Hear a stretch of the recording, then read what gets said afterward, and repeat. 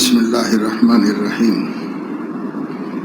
حضرت حکیم الامت رحمۃ اللہ علیہ فرماتے ہیں، ادائے حقوق کی دشواری کا خیال خیال ہی ہے، ورنہ جو حقوق ادا کرنے کا ارادہ کرے اس کی اللہ تعالیٰ ایسی مدد فرماتے ہیں کہ عمل کرنا اور حقوق کا ادا کرنا پھولوں سے بھی ہلکا ہو جاتا ہے۔ مشکل سے مشکل کام ان کی مدد سے آسان ہو جاتا ہے، مگر ارادہ شرط ہے۔ بظاہر یہ سب ارادے کی برکت ہے، ارادہ بڑی دولت ہے، اس سے بڑے مشکل کام آسان ہو جاتے ہیں۔ چنانچہ مجھ کو اس معاملے میں عدل بالکل آسان ہو گیا، اور وہ کہنے کی تو بات نہیں، مگر کہتا ہوں کہ میں نے حقوق کی رعایت یہاں تک کی کہ ایک کے وقت میں دوسرے کا خیال بھی نہیں آنے دیتا، اور یہ اس وجہ سے کہ جہاں تک میرے ارادے اور قصد کو دخل ہے وہاں تک کیوں کوتاہی کروں۔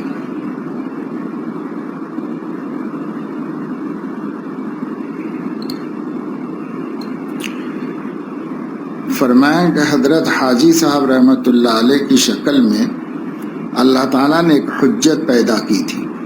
ان کو اگر حجت اللہ فی الارض کہا جائے تو کوئی مذائقہ نہ ہوگا۔ جس وقت حضرت گنگوہی رحمۃ اللہ علیہ کو حضرت حاجی صاحب رحمۃ اللہ علیہ کی وفات کی خبر ملی ہے، کئی روز تک حضرت مولانا گنگوہی رحمۃ اللہ علیہ کو دست آتے رہے۔ اس قدر صدمہ اور رنج ہوا تھا۔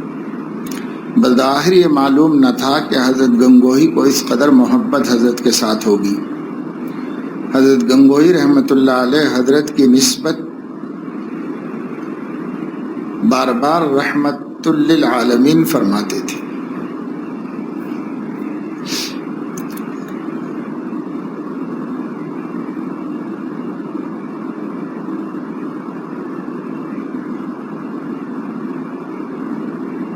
ایک صاحب نے حضرت حاجی صاحب رحمۃ اللہ علیہ سے عرض کیا کہ حضرت کتابوں میں بھی آپ کا نام ہے۔ فرمایا کہ اگر کوئی ہم سے اعراض کرے کم بختی نہ آ جائے۔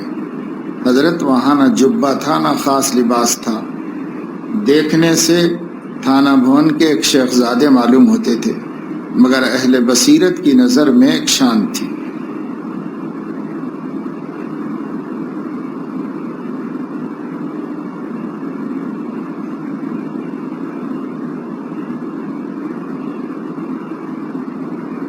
ایک مولوی صاحب نے عرض کیا کہ حضرت وللہ العزت ولرسولہ وللمؤمنین، یعنی عزت و غلبہ تو صرف اللہ اور اس کے رسول اور مومنین کے لیے ہے۔ اس آیت سے کہاں کی عزت مراد ہے، اور کیا اس کا مفہوم سابقین ہی پر ختم ہو گیا؟ یعنی کیا اس خوشخبری کے مصداق صرف شروع کے زمانے کے مسلمان تھے؟ فرمایا کہ منات عزت تو مسلمان ہی کو حاصل ہے، یعنی اصل عزت تو صرف مسلمان ہی کو حاصل ہے، اور وہ عزت آخرت کی ہے، اس لیے کہ یہاں پر تو خلاف کا وقوع بھی ہوتا رہتا ہے۔ جس عزت کو حق تعالیٰ فرما رہے ہیں وہ عزت آخرت ہی کی ہے کہ وہاں کمال عزت کا درجہ مسلمانوں ہی کو عطا فرمایا جائے گا، اور کفار کو انتہائی ذلت کا سامنا ہوگا۔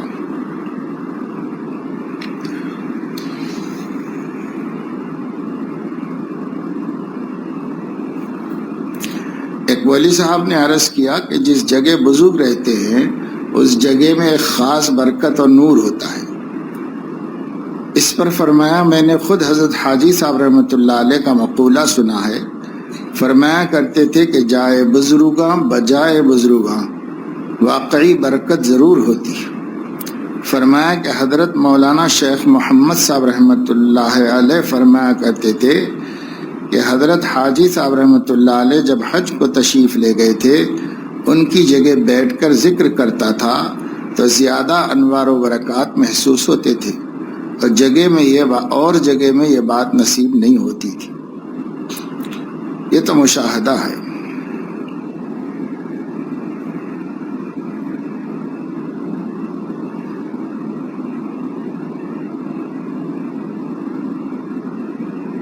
ایک مولوی صاحب نے عرض کیا کہ حضرت کسی کو خیال تو یہ ہو کہ میں مستغنی ہوں اور واقع میں اس کے اندر کبر ہو، یعنی وہ یہ سمجھ رہا ہو کہ استغنا ہے اور استغنا کے بجائے استکبار اس کے اندر پایا جا رہا ہو، اس کا کیا علاج ہے؟ فرمایا اس کے کئی طرق ہیں، معلوم کرنے کے لیے اپنے مربی سے حالت بیان کر کے حل کر لیں۔ یہ باتیں کلیات یعنی عمومی قاعدے بیان کرنے سے سمجھ میں نہیں آ سکتی۔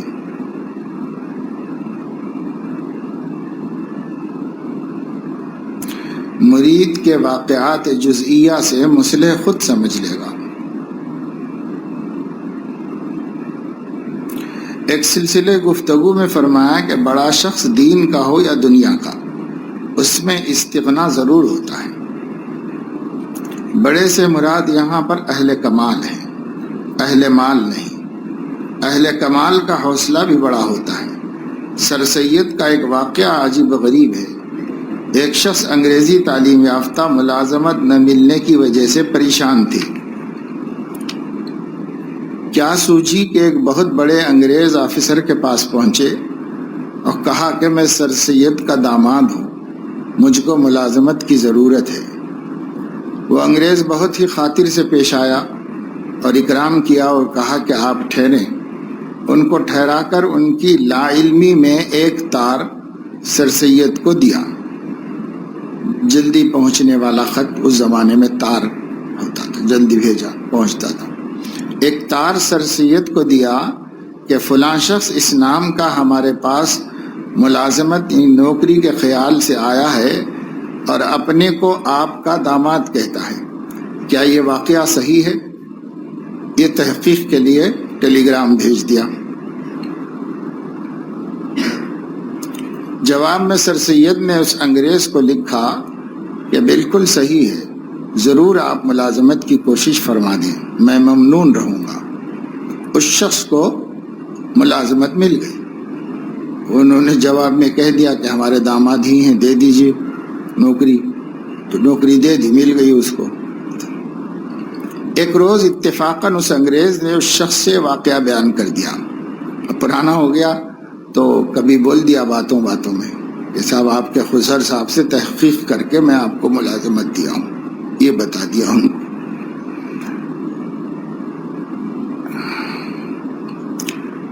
بہت ہی شرمندہ ہوا اور کچھ عرصے کے بعد یہ شخص علی گڑھ آیا اور سر سید سے مل کر معافی کی درخواست کی اور کہا کہ میں وہی شخص ہوں جس نے اپنے کو آپ کا داماد بتلا کر ملازمت لی ہے، یہ گستاخی ہوئی ہے، مجبوراً میں نے ایسا کیا۔ سر سید نے جواب میں کہا کہ گو یہ بات اس وقت غلط تھی مگر اب صحیح ہو جائے گی۔ داماد کہتے ہیں بیٹی کے شوہر کو، اس کی ایک صورت تو یہ تھی کہ میری بیٹی آپ کی بیوی ہوتی، سو یہ تو ہو نہیں سکتا، مگر دوسری صورت ممکن ہے کہ آپ کی بیوی کو میں اپنی بیٹی بنا لوں، سو میں آپ کی بیوی کو اپنی بیٹی بناتا ہوں، وہ میری بیٹی اور میں اس کا باپ۔ پھر یہ توجیہ وقتی ہی نہ تھی بلکہ تا زندگی باپ بیٹی و داماد ہی کا سا ورتاؤ رکھا، بلانا لینا دینا سب اسی طرح رکھا۔ تو یہ حوصلہ بڑے ہونے کے سبب تھا، وہ بڑائی دنیاوی ہی تھی۔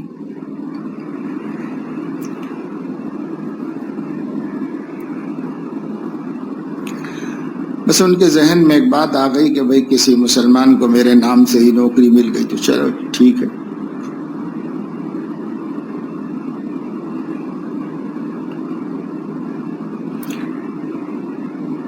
ایک مرتبہ علی گڑھ کے اسٹیشن پر ریل میں سر سید سوار ہوئے۔ اسی ڈبے میں ایک اور صاحب پہلے سے سوار تھے۔ انہوں نے ان سے دریافت کیا کہ یہ کون سا شہر ہے؟ سر سید بولے کہ علی گڑھ۔ یہ سن کر وہ صاحب کیا کہتے ہیں کہ وہی علی گڑھ جہاں سر سید ایسا تیسا رہتا ہے، یعنی اس کو برا بھلا کہہ کے سر سید کو پوچھا کہ وہی علی گڑھ ہے؟ سر سید کہتے ہیں کہ جی ہاں وہی علی گڑھ ہے۔ وہ صاحب کہتے ہیں کہ وہ تو بڑا ہی ایسا ہے ویسا ہے، خوب برا بھلا کہا، اس نے بڑا ہی دین کو نقصان پہنچایا۔ سر سید نے کہا جی ہاں وہ ایسا ہے۔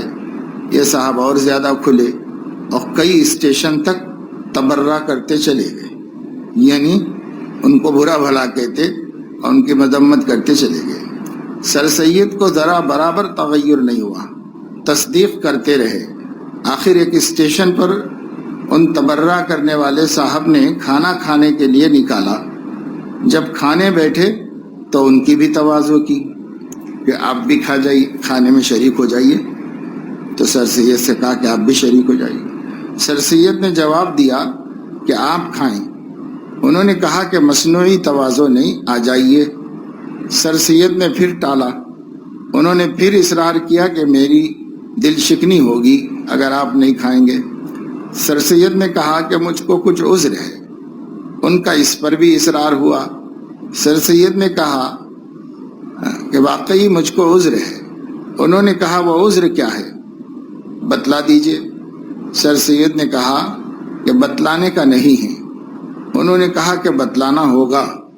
سر سید نے کہا کہ اگر بتلا دوں تو اس وقت تو آپ کھانا کھلانے پر مصر ہیں، اور معلوم ہو جانے کے بعد تو شاید میری صورت دیکھنا بھی گوارا نہ کریں گی۔ انہوں نے کہا کہ توبہ توبہ، ایسی کیا بات ہے اور آپ کیوں ایسا فرماتے ہیں؟ تب سر سید نے کہا کہ میں ہی ہوں وہ شخص جس پر آپ کئی اسٹیشنوں سے تبرہ بھیجتے چلے آ رہے ہیں۔ یہ سن کر وہ صاحب کٹ ہی تو گئے۔ بے حد ندامت و شرمندگی سوار ہوئی، معافی چاہی۔ نتیجہ یہ ہوا کہ معتقد ہو گئے۔ باوجود اس کے کہ سر سید ایک دنیا دار شخص تھے، مگر استغنا اور حوصلہ تھا۔ مگر آج کل اہل کمال تقریباً مفقود نظر آتے ہیں، نہ دنیا داروں میں نہ دینداروں میں، الا ماشاء اللہ۔ عالم بھی ہیں، شیخ بھی ہیں، صوفی بھی ہیں، عارف بھی ہیں، زہد و تقوی کا بھی دعویٰ ہے، یہ تو سب کچھ ہے، مگر استغنا اور حوصلہ مندی نہیں ہے۔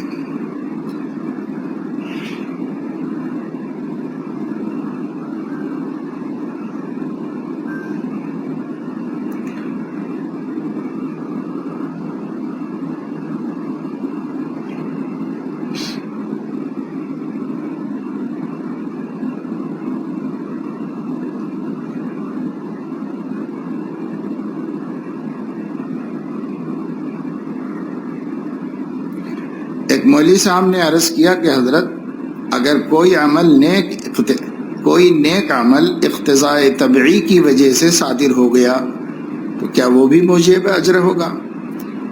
یعنی جی چاہ رہا تھا اس لیے کوئی نیک کام کر لیا، طبعی طور پر جی چاہا کر لیا، اس کا دین ہونا، اس کا نیکی ہونا یہ پہلو ذہن میں نہیں تھا، تو کیا اس پر بھی اجر ہوگا؟ فرمایا کہ جن اعمال کے ہم مکلف ہیں سب امور طبعیہ کے مقتضا ہیں، بشرطے کہ طبیعت سلیم ہو۔ یعنی اگر طبیعت سلیم ہو، یعنی فطرت ہماری حالات سے متاثر نہ ہوئی ہو، جیسے اللہ نے پیدا کیا ہے اسی طرح ہوں،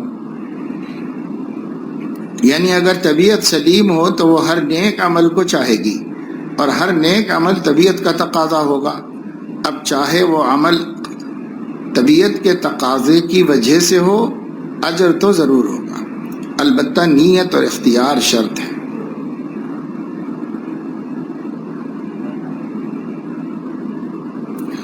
ایک مولوی صاحب کے سوال کے جواب میں حضرت حکیم الامت رحمۃ اللہ علیہ فرما رہے ہیں کہ میں فقیہ نہیں، محدث نہیں، مجتہد نہیں، مفسر نہیں، ہاں ان حضرات کا نقال ہوں جن کو ان چیزوں میں کمال تھا۔ اللہ کا شکر ہے جب کوئی ضرورت پیش آتی ہے اپنے بزرگوں کی دعا سے اس کے متعلق ضروری علم حق تعالی قلب میں وارد کر دیتے ہیں۔ یہ میرا کمال نہیں جس پر میں فخر کر سکوں یا سننے والا فخر سے تعبیر کر لے۔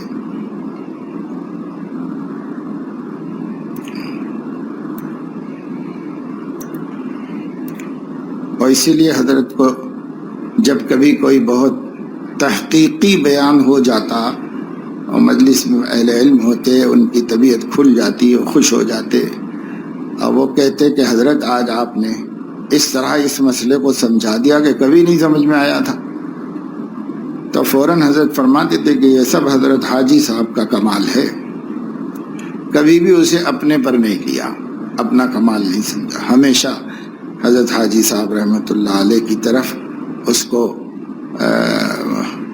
رجوع کر دیتے تھے، پلٹا دیتے تھے، خود کبھی نہیں مانا۔ یہاں بھی فرما رہے ہیں کہ نہ محدث ہوں نہ مجتہد ہوں، اگرچہ کہ علماء نے ان کو مفسر مجتہد سب کچھ مانا ہے۔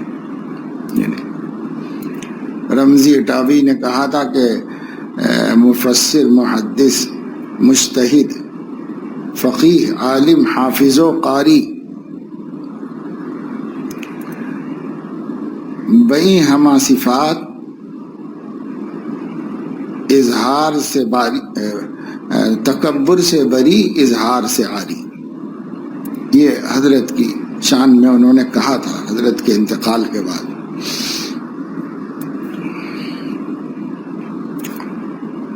اور یہ فرماتے تھے کہ میں تو صرف نقال ہوں، یعنی بڑوں کی باتیں نقل کرنے والا ہوں، میرا خود اس میں کوئی کمال نہیں ہے۔ جو بڑوں کی اچھی اچھی باتیں ہیں، تحقیقی باتیں ہیں کمال کی، ان کو نقل کرتا ہوں حسب موقع یا کسی کے سوال کرنے پر، پوچھنے پر۔ تو خواجہ صاحب رحمۃ اللہ علیہ حضرت یہ جو بار بار کہتے تھے یہ والا ملفوظ، میں تو صرف نقال ہوں، بڑوں کی باتیں نقل کر دیتا ہوں، حضرت کے اس ملفوظ کو حضرت خواجہ صاحب رحمۃ اللہ علیہ نے اپنے اشعار میں کہا ہے کہ نقل ارشادات مرشد می کنم، ہرچ مردم می کند بوزی نہ ہم، اور اصل کی برکت سے ہے کیا عجب، نقل میں بھی ہو وہی فیض عتم۔ تو حضرت فرماتے تھے کہ میں تو اپنے مرشد کے ارشادات نقل کر دیتا ہوں، اور یہ کوئی کمال کی بات نہیں ہے، آدمی جو کرتا ہے بندر بھی کرتا ہے، بندر نقل بہت کرتا ہے، سب اس کے سامنے جو کام کرو تو وہ اس کی نقل کرے گا، تو نقل کو بھی کوئی کمال نہیں قرار دیا کہ میں صرف نقل کا کام کرتا ہوں، اور نقل بھی کیا کمال ہے، یہ تو بندر بھی کر لیتا ہے۔ البتہ اصل کی برکت سے ہے کیا عجب، یعنی جن کی باتیں نقل کر رہا ہوں ان کی برکت سے نقل میں بھی پورا پورا فائدہ اور نفع ہوگا، وہی فیض عتم ہوگا نقل میں بھی، یہ فرماتے تھے۔ بڑے لوگوں کا حال ہے۔ باقی یہ ہے کہ ظاہر ہے کہ حضرت کی جو بڑی بڑی علمی تحقیقات اور سلوک و تصوف کی باریک باتیں ہیں، وہ سب کی سب حضرت حاجی صاحب ہی کی تو نہیں تھی، خود اللہ نے ان کا بھی انشراح فرما دیا تھا، اللہ تعالیٰ نے ان کو بھی خوب اس میں مہارت اور کمال عطا فرمائی تھی۔ لیکن اہل اللہ ہمیشہ تواضع پسند رہتے ہیں۔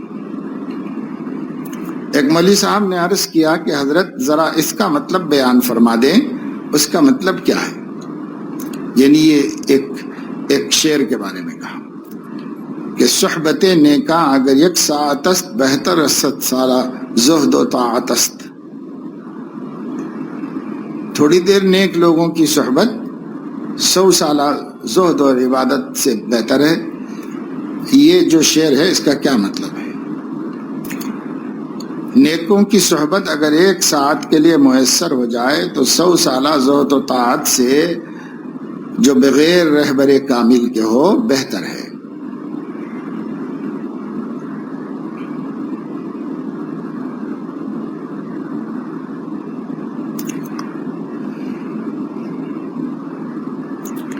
اب ان ملفوظات کے جامع کہتے ہیں کہ صوفیہ کے بہت سے ارشادات کی صحیح تعبیل و توجیہ شریعت و طریقت کے جامع کاملین ہی کر سکتے ہیں، اس لیے خود ان کا کوئی مطلب متعین کر کے بدگمان نہیں ہونا چاہیے۔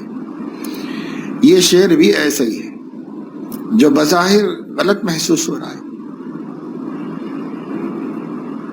ان صاحب کے جواب میں حضرت نے فرمایا، حضرت حکیم الامت رحمۃ اللہ علیہ نے فرمایا، مجھ سے تو آپ ہی بہتر سمجھنے والے ہیں، مگر میں جو سمجھا دوں وہ یہ ہے کہ کامل کی صحبت میں بعض اوقات کوئی گر یعنی کوئی اہم حکمت کا نقطہ ہاتھ آ جاتا ہے، یا کوئی حالت ایسی قلب میں پیدا ہو جاتی ہے جو ساری عمر کے لیے مفتاح سعادت یعنی نیکیوں کی کنجی بن جاتی ہے۔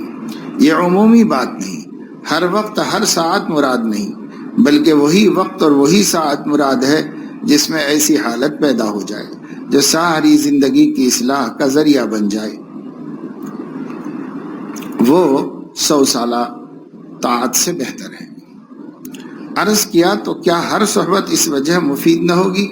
فرمایا کہ ہے تو یہی بات، مگر کس کو علم ہے کہ اللہ والوں کی صحبت کی وہ کون سی گھڑی ہے جس میں یہ حالت میسر ہوگی اور یہ گراں دولت ہاتھ آئے گی۔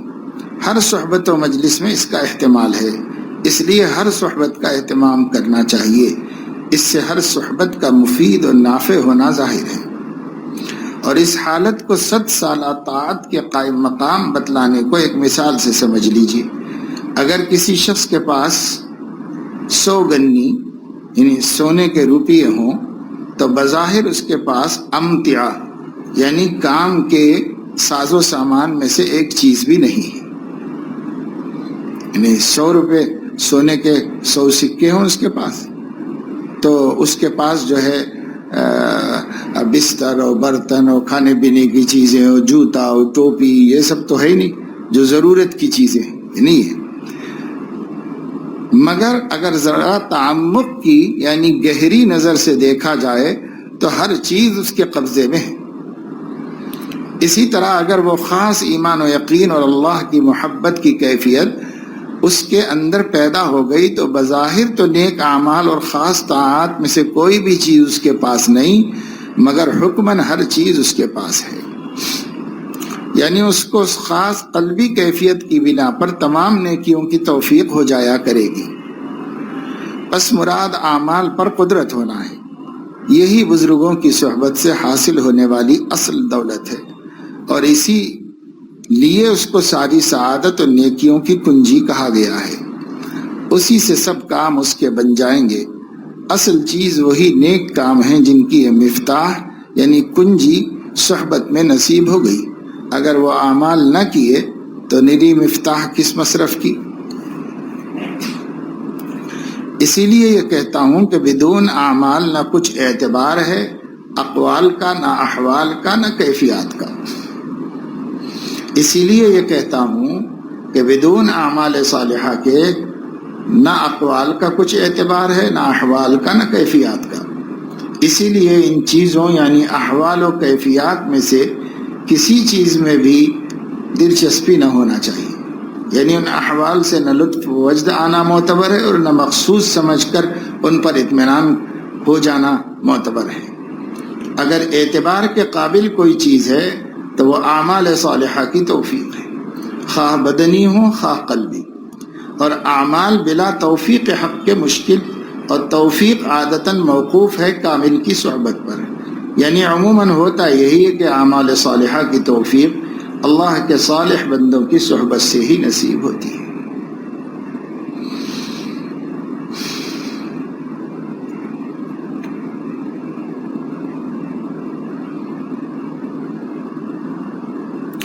پھر فرمایا کہ بے فکری پر جو شیوخ یعنی مشائخ عتاب کرتے ہیں یعنی ناراض ہوتے ہیں، یہ طریقہ چھوٹوں کے ساتھ اصلاح کی مصلحت سے اختیار کیا جاتا ہے، ورنہ خدا نہ خواستہ قلب میں کسی کی تحقیر تھوڑا ہی ہو جاتی ہے۔ کسی کو علم ہے کہ کون چھوٹا ہے اور کون بڑا، ظاہر ہے کہ کوئی نہیں جانتا، بلکہ جس طرح چھوٹوں کو ضرورت ہے بڑوں کی، اسی طرح بڑوں کو ضرورت ہے چھوٹوں کی۔ ہمارے حضرت حاجی صاحب رحمۃ اللہ علیہ فرمایا کرتے تھے کہ میں آنے والوں کے قدموں کی زیارت کو ذریعہ نجات سمجھتا ہوں۔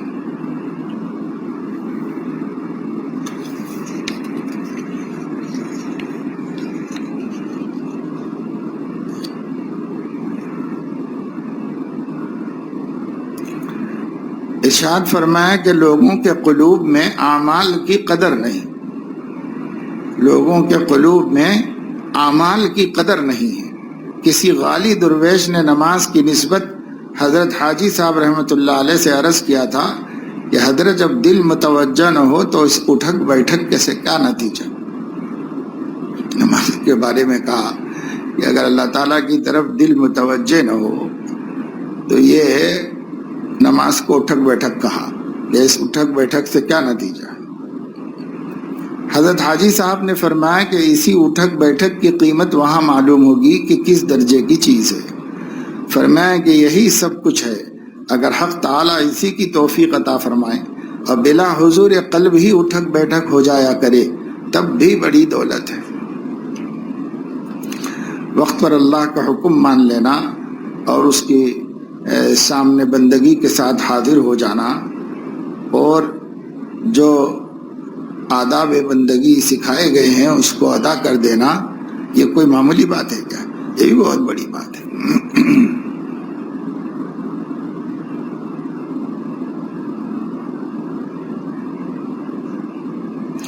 ہمارے حضرت حاجی صاحب رحمۃ اللہ علیہ کے انکسار اور شان عبدیت کا کیا ٹھکانہ؟ انکسار یعنی بس عاجزی اور اپنے کو بندہ سمجھنا، ہمیشہ ایک عام بندہ سمجھنا، چاہے اللہ پاک نے اس کو کتنے بڑے مقام کا بنا دیا تب بھی اپنے کو عام بندوں سے اونچا نہ سمجھنا۔ فرمایا کرتے تھے حضرت حاجی صاحب فرمایا کرتے تھے کہ حق تعالیٰ کی ستاری ہے کہ میرے عیوب کو اہل نظر سے چھپا رکھا ہے۔ یہ باتیں کہنے کی نہیں مگر کہنا پڑتی ہیں، جن پر یہ باتیں گزرتی ہیں وہی خوب جانتے ہیں۔ یہاں قال سے کام نہیں چلتا، یہاں ذوق کی ضرورت ہے، اور یہ ذوق پیدا کیے بغیر اللہ کی صحیح بندگی نہیں ہو سکتی۔ اہل اللہ کے اس درجہ انکسار کا سبب کیا ہے؟ اس کو بیان کرتے ہوئے حضرت نے فرمایا، اس انکسار کی ایک مثال عرض کرتا ہوں۔ ایک دنیاوی اعتبار سے نہایت حقیر ذلیل غلام کے پاس بادشاہ نے 1,00,000 روپے کا موتی امانت رکھ کر فرمایا کہ اس کو حفاظت سے رکھو۔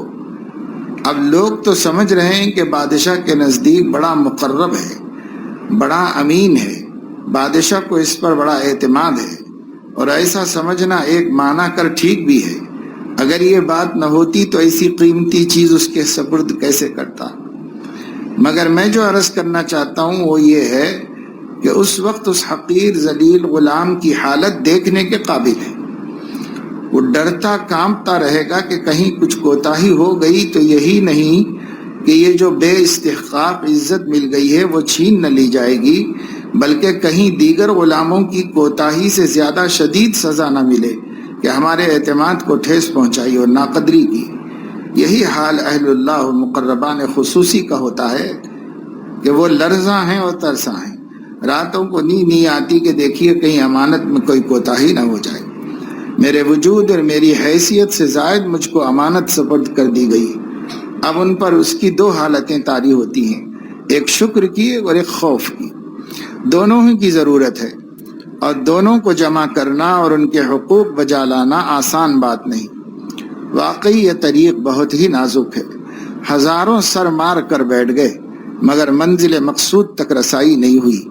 اس میں رہبر کامل کی ضرورت ہے، بغیر اس کا دامن پکڑے ہوئے اس راہ میں قدم رکھنا خطرہ ہی خطرہ ہے۔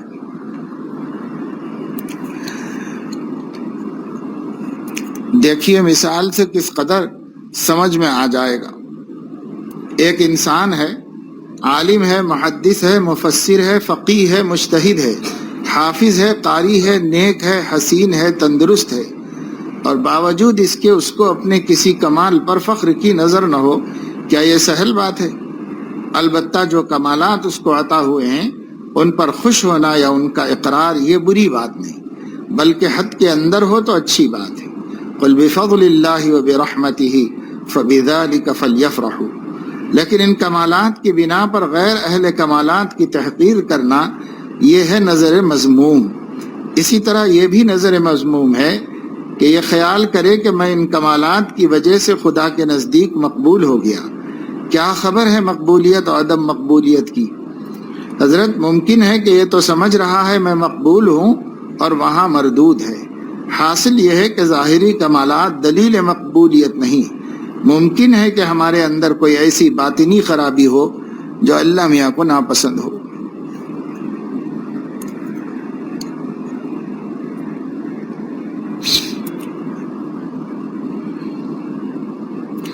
فرمایا جس طرح میں دوسروں کی اصلاح کے طریق سوچتا رہتا ہوں، اللہ کا لاکھ لاکھ شکر ہے کہ اپنی اصلاح کے طریق بھی سوچتا رہتا ہوں۔ مسلمان کو تو مرتے دم تک اپنی اصلاح کی فکر میں لگا رہنا چاہیے۔ اس پر بھی اگر نجات ہو جائے تو سب کچھ ہے، اس سے آگے ہم کیا حوصلہ اور ہمت کر سکتے ہیں؟ باقی فضائل و مدارج تو بڑے لوگوں کی باتیں ہیں، ہم کو تو جنتیوں کی جوتیوں ہی میں جگہ مل جائے، یہی بڑی دولت ہے۔ اور جوتیوں پر یاد آیا کہ حضرت مولانا شاہ اسماعیل شہید صاحب رحمۃ اللہ علیہ کی یہ حالت تھی کہ حضرت سید صاحب رحمۃ اللہ علیہ کی مجلس میں شرکت کرنے کو اور ایک مجلس میں بیٹھنے کو خلاف ادب سمجھتے تھے۔ حضرت سید صاحب کی جوتیاں لیے ہوئے مؤخر مجلس میں بیٹھے رہتے تھے۔ اگر کبھی بیٹھے بیٹھے کسل ہو جاتا، وہیں جوتیاں سر کے نیچے رکھ کر لیٹ جاتے تھے۔ جس وقت حضرت سید احمد شہید رحمۃ اللہ علیہ کی پالکی چلا کرتی تھی، حضرت مولانا اسماعیل شہید پالکی کے ساتھ دوڑا کرتے تھے، اس کو اپنے لیے فخر سمجھتے تھے۔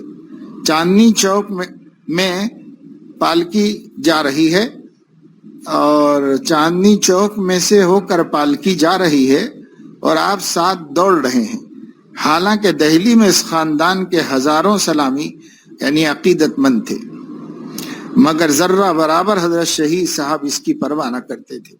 اصلاح یوں ہی ہوتی ہے، آج ذرا ذرا بات پر ناگواری ہوتی ہے، غرض ہر شخص کو اپنی اصلاح کی فکر میں لگا رہنا چاہیے۔ پھر حضرت نور اللہ مرقدہ نے اپنے بارے میں یعنی حضرت حکیم الامت نے اپنے بارے میں ایسی بات فرمائی جس سے حضرت کا خوف خدا اور عبدیت کا عجیب حال ظاہر ہوا۔ فرمایا اگر کوئی بیمار ہو اور لوگ اس کو علاج سے بے فکر دیکھیں تو چاروں طرف سے لتاڑ پڑتی ہے، جس سے وہ اپنی فکر میں لگ جاتا ہے۔ ایسے شخص کے بارے میں صحت کی امید ہوتی ہے۔ افسوس تو اس شخص کی حالت پر ہے کہ تمام دنیا اس کو تندرست سمجھے ہوئے ہے اور وہ بیمار ہے۔ دوسروں کے تندرست سمجھنے پر یہ بھی اپنے کو تندرست سمجھ بیٹھا۔ ایسے مریض کے تندرست ہونے کی کیا امید ہو سکتی ہے؟ میں سچ عرض کرتا ہوں کہ جب میں دوسروں کے لیے کوئی تجویز کرتا ہوں، اپنے سے بے فکر ہو کر نہیں کرتا، مستغنی ہو کر نہیں کرتا۔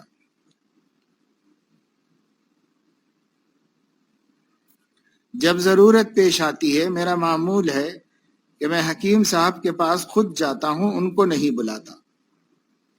ایک روز حکیم صاحب فرمانے بھی لگے کہ مجھ کو شرم معلوم ہوتی ہے، میں ہی حاضر ہو جایا کروں گا۔ میں نے کہا کہ نہیں، شرم کی کیا بات ہے، میرا نہ آنا اور آپ کو بلانا عدل کے خلاف ہے۔ محتاج کو چاہیے کہ وہ محتاج الہ کے پاس جائے، اور بحمد اللہ یہ سب باتیں میری امور طبعیہ ہیں، مجھ کو کوئی اہتمام یا سوچ بچار کرنا نہیں پڑتا۔ فرمایا اللہ کا لاکھ لاکھ شکر ہے، یہاں پر کوئی روایت کسی شخص کی کوئی نہیں پہنچا سکتا۔ یعنی حضرت کے سامنے کسی کو ہمت نہیں ہوتی تھی کہ دوسروں کے واقعات سنائیں، کسی کی شکایت کریں، کسی کے حالت لا کر کے سنائیں، اس کی ہمت نہیں ہوتی تھی۔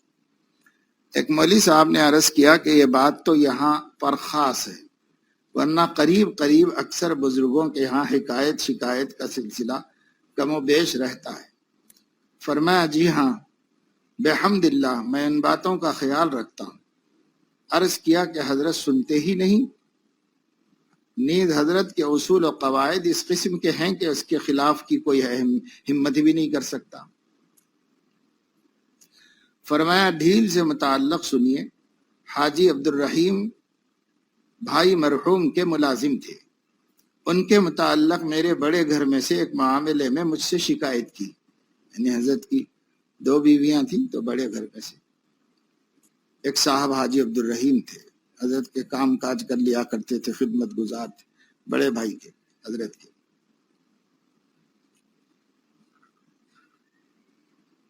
ان کے متعلق میرے بڑے گھر میں سے ایک معاملے میں مجھ سے شکایت کی میں نے فوراً آدمی بھیج کر حاجی جی کو بلایا اور دروازے میں کھڑا کر کے کہا کہ تمہارے متعلق ہمارے گھر میں یہ بیان کر رہی ہیں، اور گھر والوں سے کہا کہ آپ نے دعویٰ کیا ہے تو آپ ثبوت پیش کرو، کیونکہ ثبوت آپ کے ذمے ہیں۔ تو ان کے پاس کوئی ثبوت نہیں تھا۔ کہنے لگیں کہ آپ تو ذرا سی بات میں شرمندہ کرا دیتے ہیں۔ میں نے کہا کہ میں تم کو شرمندہ نہیں کر رہا ہوں، نصیحت کر رہا ہوں، فضیحت نہیں کرتا، نصیحت کرتا ہوں۔ یہ سلسلہ روایات اچھا نہیں معلوم ہوتا، اس سے دل میں عداوتیں پیدا ہو جاتی ہیں، اور جہاں یہ سلسلہ ہے وہاں ہر وقت ہر شخص کو یہ شبہ رہتا ہے کہ نہ معلوم میری طرف سے کسی نے کیا کہہ دیا ہوگا اور کہنے سے کیا خیالات پیدا ہو گئے ہوں گے۔ اور یوں تو ہمارے حضرات سبھی حکما تھے، مگر ہمارے ان بزرگوں میں سے 2 بزرگوں میں خصوصیت کے ساتھ یہ صفت تھی، یعنی کسی کے کوئی واقعہ نقل کرنے سے متاثر نہیں ہوتے تھے اور اس شخص کے بارے میں بدگمان نہیں ہوتے تھے جن کی بات غلط پہنچائی گئی ہے۔ بہت ہی کامل صفت تھی۔ ایک تو حضرت حاجی صاحب رحمۃ اللہ علیہ میں، اور ایک حضرت مولانا محمد قاسم صاحب نانوتوی رحمۃ اللہ علیہ میں۔ اور مولانا قاسم صاحب تو سنتے ہی نہ تھے، شروع ہی میں روک دیتے تھے، اور حضرت حاجی صاحب کا عجیب حال تھا کہ سن لیتے تھے، لوگ سمجھتے ہوتے تھے کہ حضرت کو متاثر کر دیا ہم نے یہ واقعات سنا کر کے، لیکن جب ساری بات بیان کرنے والے کی ختم ہو جاتی تو حضرت بے تکلف فرما دیتے تھے کہ سب جھوٹ ہے، وہ شخص ایسا نہیں ہے۔ مغرب سے قبل دعاؤں کے قبول ہونے کا وقت ہوتا ہے، بلکہ عصر سے مغرب تک بھی ہو سکتا ہے، اس لیے جس کو جتنا وقت ملے جمعے کے دن اہتمام کے ساتھ مغرب سے قبل دعا کرنا چاہیے۔ اللہ تعالیٰ سے حاجات اور ضروریات دنیا کی ہوں یا آخرت کی، ان کے مانگنے کا اہتمام کرو۔ اور دوسرے یہ کہ ایک دن گزرتا جا رہا ہے تو رمضان المبارک کی تیاری کا وقت کم ہوتا جا رہا ہے، اس لیے رمضان کی تیاری بہت اہتمام کے ساتھ کرنا چاہیے۔ اور رمضان کی تیاری یہی ہے کہ بکثرت قرآن پڑھنے کا اہتمام کیا جائے اور گناہوں سے بچنے کا اہتمام کیا جائے، یہی رمضان کی تیاری ہے۔ یہ تیاری کریں، اللہ تعالیٰ اپنے فضل سے ہم سب کو رمضان شریف نصیب بھی فرمائے اور اس کی کما حق قدر کرنے کی بھی توفیق عطا فرمائے۔ سبحانک اللہم و بحمدک اشہد ان لا الہ